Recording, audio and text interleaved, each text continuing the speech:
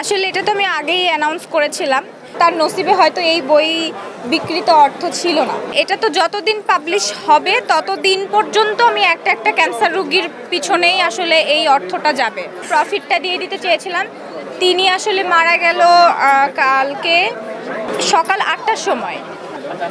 আমরা যেটা শুনলাম যে আপনি এই দুর্নীতির প্রকাশনের থেকে যে আয় হবে সেই আয় আপনি মুক্তিযোদ্ধাদের মাঝে মজুদ করবেন, এই নিয়ে আপনার পরিকল্পনা কি আছে?